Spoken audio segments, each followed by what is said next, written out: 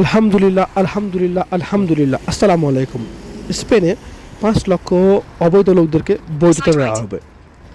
কত বড় একটা সুসংবাদ! যারা স্পেনে অবৈধভাবে আসে তাদের জন্য এটা একবার চিন্তা করে দেখেন। 5 লক্ষ লোকদেরকে বৈধতা দেওয়া হবে। এখন প্রশ্ন, এই বৈধতা কারা পাবে? এই বৈধতা তারাই পাবেন যিনারা 2025 সালের ডিসেম্বর মাসের 31 তারিখের আগে স্পেনে প্রবেশ করেছেন এবং স্পেনে স্টে করতেছেন। স্পেন থেকে এখন পর্যন্ত বাইরে কোথাও যাননি, শুধুমাত্র তারাই পাবেন। আর বৈধতার জন্য অ্যাপ্লাই করার আগে আপনাকে কিছু বিষয় ফলো করতে হবে। সেটা হচ্ছে অবশ্যই আপনাকে 5 মাস কমপ্লিট করতে হবে। সাপোজ আপনি ডিসেম্বর মাসে এখানে এসেছেন, সো আপনাকে ডিসেম্বর মাস থেকে শুরু করে 5 মাস এখানে থাকতে হবে এবং পেপারটা জমা করার সময় অবশ্যই আপনাকে বাংলাদেশের পাসপোর্ট এবং বাংলাদেশের পুলিশ ক্লিয়ারেন্স থাকতে হবে আপনার কাছে।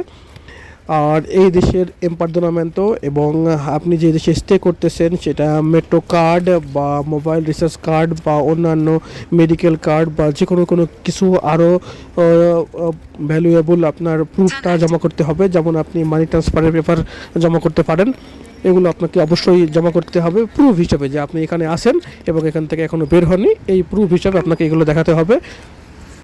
আরেকটি ইম্পর্টেন্ট বিষয় হচ্ছে, সেটা হচ্ছে পেপার জমা করার সময় কন্ট্যাক্ট পেপার লাগবে কিনা, কোনো কোম্পানির যে কন্ট্যাক্ট কিনতে হয় সেটা কিনতে হবে কিনা। তো এখন পর্যন্ত নিউজ যেটা আমরা পাচ্ছি সেই নিউজ যে সাপেক্ষে বলা যায় এখন পর্যন্ত কোনো কন্ট্যাক্টের দরকার নেই, কন্ট্যাক্ট ছাড়াই পেপার জমা করা যাবে।